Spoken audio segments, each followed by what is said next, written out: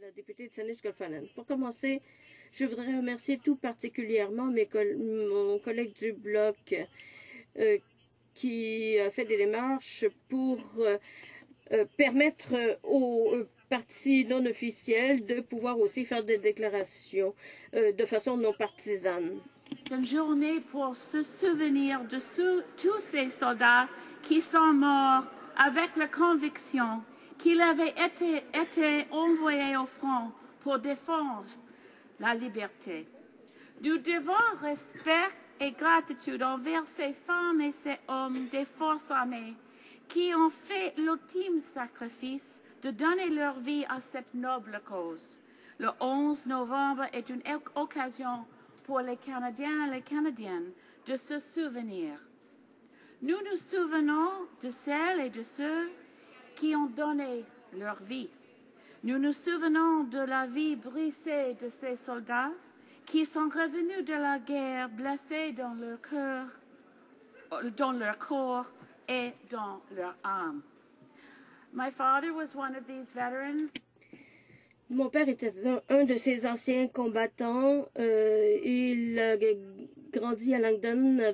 Il a vu beaucoup de destruction avant de se joindre à l'armée. Et c'est en se rendant à la guerre que mon père est devenu un pacifiste.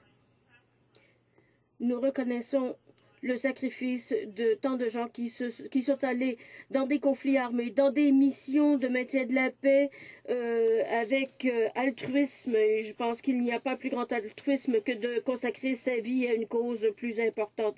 Leur sacrifice ne doit pas être en vain. Toutefois, nous devons nous engager à faire de plus grands efforts pour éviter la guerre et les conflits. Il y a de nombreux héros de guerre. Je voudrais en mentionner quelques-uns de plus. Ceux qui ont sacrifié leur vie pour le Canada et continué de lutter pour d'autres anciens combattants, plus particulièrement le lieutenant Louis Richard, cofondateur de l'Association des anciens combattants du Canada, qui, avec Sean Brilliant, a tant fait pour défendre les autres anciens combattants, Pat Strogan, qui nous a beaucoup aidé comme ombudsman, et le commandant Brunucci, le ministre des anciens combattants également, qui a fermé le dossier sur le capitaine Manouche. De grands sacrifices ont été faits, pas seulement par les soldats, mais par ceux qui les ont aimés, qui les ont perdus et qui les ont accueillis chez eux après la guerre.